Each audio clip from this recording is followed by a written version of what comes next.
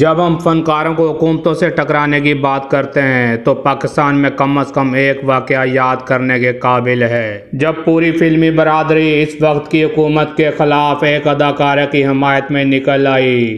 نیلو 1960 کی دہائی میں پاکستان کی ایک مشہور فلمی اداکارہ تھیں۔ سنتھیا الیگزینڈر فرینڈس کے نام سے کیتھولک خاندان میں پیدا ہوئیں۔ انہوں نے 1956 میں فلمی نام نیلو اپنایا اور 1970 تک وہ پاکستان کی سب سے مقبول اداکارہ تھیں۔ 11 فروری 1965 کو انہیں اس وقت کے گورنر اور صدر ایوب خان کے قریبی ساتھی امیر محمد خان، جنہیں خان آف کالا باغ بھی کہا جاتا ہے، ایرانی شاہ رضا پہلوی کے لیے دیے گئے عشائیے میں رقص پرفارم کرنے کے لیے بلایا۔ نیلو، جو کہ ایک سوشلسٹ تھیں، نے آمروں کی پرائیویٹ پارٹیوں میں رقص کرنا اپنے اصولوں کے خلاف سمجھا اور انہوں نے انکار کر دیا۔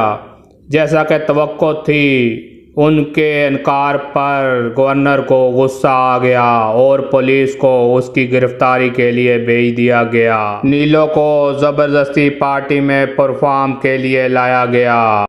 ذلیل اور مشتعل ہو کر اس نے نیند کی گولیوں کی زیادہ مقدار کھا لی۔ جیسے ہی پولیس نے اسے رقص کرنے کی ہدایت کی، وہ بے ہوش ہو کر فرش پر گر گئیں۔ اداکارہ کا علاج کرنے میں ڈاکٹروں کو کئی دن لگ گئے۔ ظالم حکمرانوں کے سامنے نیلو کی جرأت مندانہ مزاحمت کے علاوہ اس واقعے پر فلمی دنیا کے ساتھیوں کا پرجوش اور متحد رد عمل دل دہلا دینے والا تھا۔ پاکستان بھر کے فلم سازوں نے اداکارہ کی حمایت میں ایک روزہ ہڑتال کی کال دی اور مشہور شاعر حبیب جالب نے ایک یادگار خراج تحسین پیش کیا تھا اور نظم لکھی جس کا مفہوم یہ تھا: تو ناواقف ادب غلامی ہے، ابھی رقص زنجیر پہن کر بھی کیا جا سکتا ہے۔ تم غلامی کے اصولوں سے ناواقف ہو، رقص بیڑیاں پہن کر بھی کیا جا سکتا ہے۔ بعد از نیلو کے شوہر ریاض شاہد نے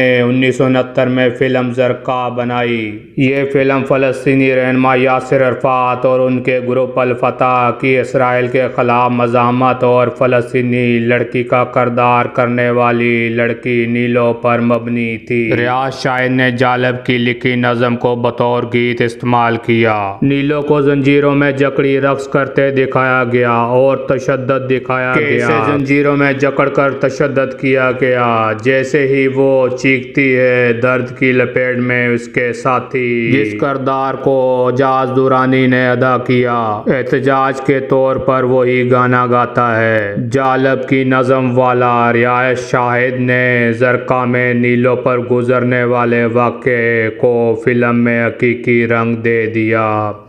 اب ظلم تو ظلم ہے، فلسطین میں ہو یا کہیں اور۔